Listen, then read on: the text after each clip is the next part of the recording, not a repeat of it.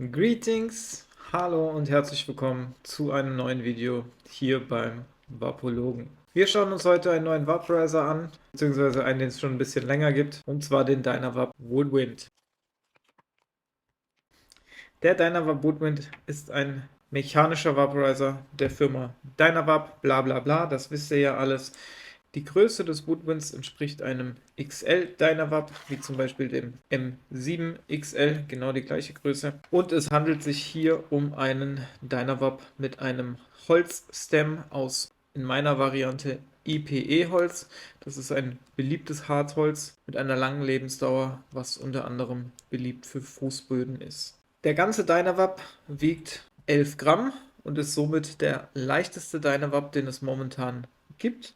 Zum Vergleich, der M Plus wiegt knapp 20 Gramm, der M7 wiegt ca. 21 Gramm und selbst der B mit dem Silikonstem wiegt 14 Gramm.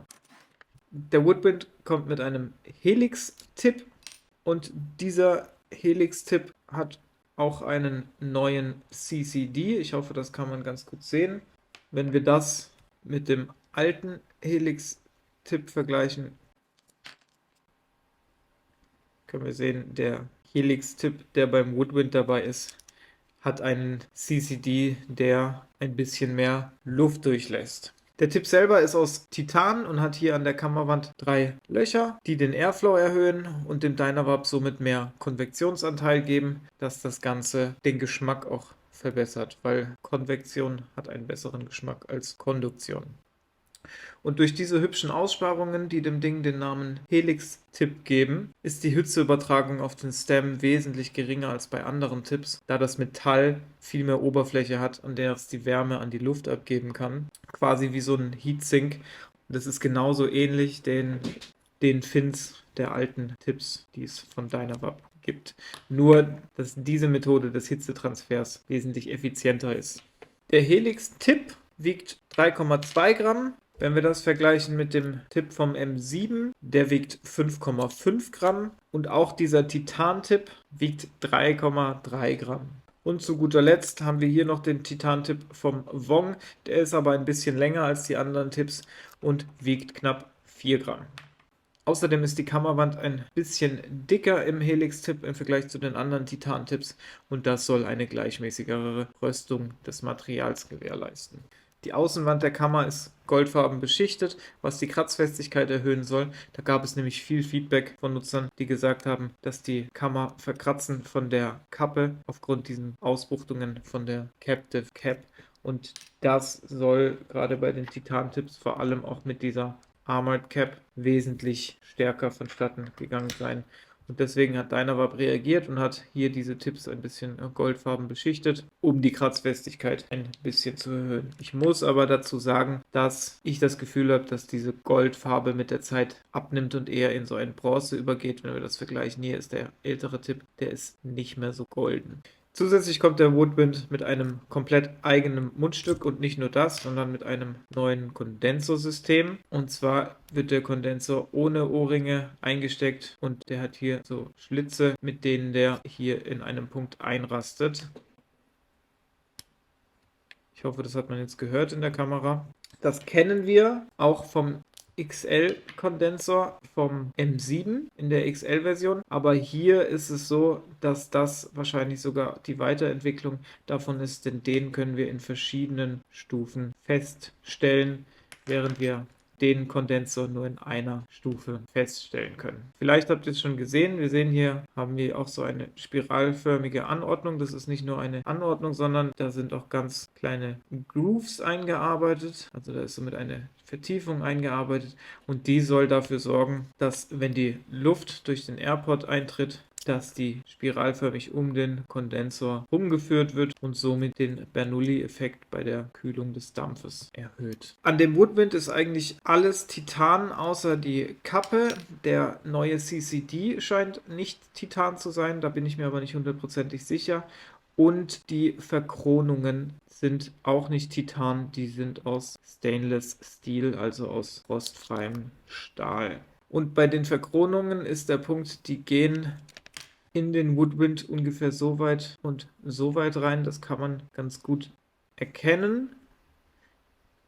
Dadurch hat der Dampf beim Ziehen wenig Kontakt mit dem Holz und wir können es, glaube ich, auch sehen, dass das Holz genau an der dünnsten Stelle verstärkt ist.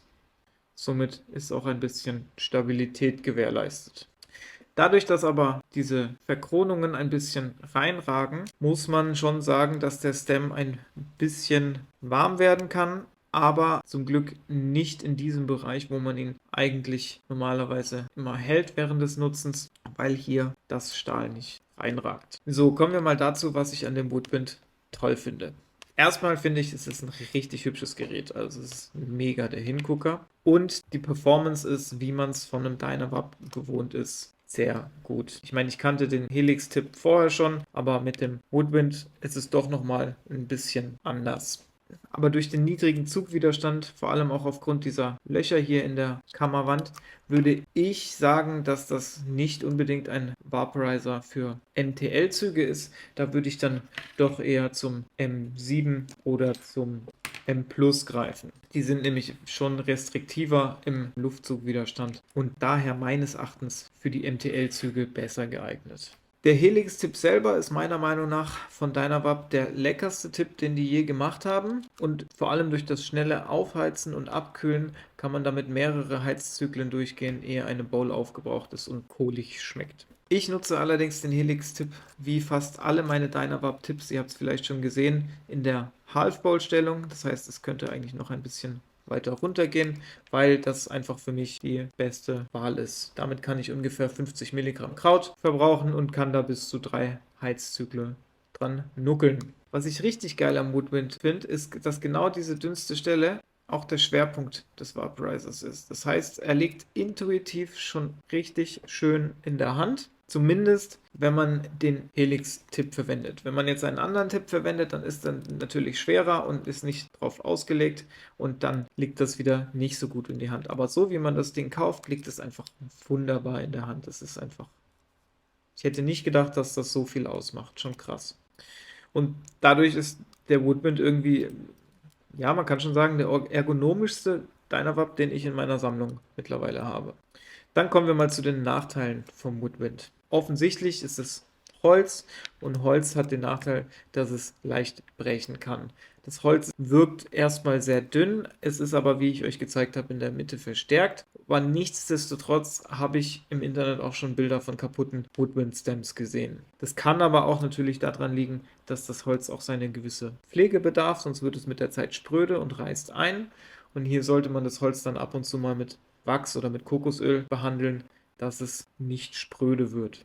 Dann muss ich auf jeden Fall den Disclaimer geben, dass das Holz nicht in Kontakt mit Isopropanol in anderen Alkohol kommen darf, zumindest in keinen längeren Kontakt. Ich war nämlich so dumm und habe aus Versehen mal verbrannt mit dem Dynavap und habe dann alles in Isoprop geschmissen, um danach festzustellen, dass sich die Oberfläche des Holzes danach ein bisschen rauer angefühlt hat als vorher. Aber ich habe das auch eine halbe Stunde oder so drin eingelegt gehabt. Also wenn ihr mal verbrennt, dann schmeißt alles, außer natürlich die Cap und den Stem vor allem in Isoprop oder Alkohol, aber nicht den Stem, sonst greift der das Holz an.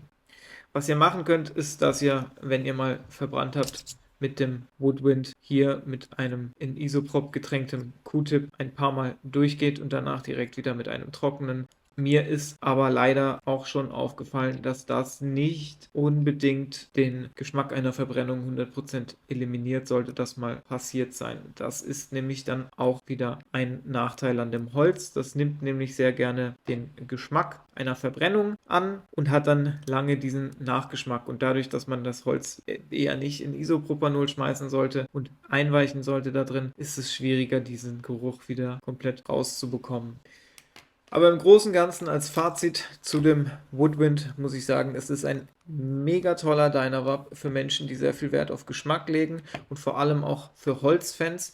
Und ich muss schon sagen, es ist mega durchdacht. Als das rauskam, habe ich mir gedacht, weil es den Helix-Tipp vorher schon gab, dass, ja, die haben da jetzt irgendwas zusammengeschmissen, aber gerade auch diese Ergonomität und dass dieser Schwerpunkt hier perfekt passt, das ist intuitiv, zack, passt wunderbar. Da merkt man, Dynavap hat sich da echt viele Gedanken zu diesem Gesamtkonzept gemacht und es ist nicht einfach irgendwie zusammengewürfelt, wie man vielleicht meinen könnte. Ich finde ihn persönlich jetzt eher weniger geeignet für MTL-Züge. Da würde ich, wie gesagt, eher zum M7 oder zum M Plus greifen, weil die einfach einen restriktiveren Airflow haben. Durch diese Löcher hier hat man schon einen sehr guten Durchzug und es ist eher ein Vaporizer, der für Züge direkt auf Lunge geeignet ist. Zumindest für mein Empfinden. Das ist natürlich auch immer sehr individuell. Ja, mehr habe ich zum Woodwind nicht zu sagen. Das wäre es von meiner Review zum Woodwind. Falls ihr irgendwelche Fragen habt, stellt mir die in die Kommentare und wir sehen uns bis zum nächsten Mal. Euer Vapologe.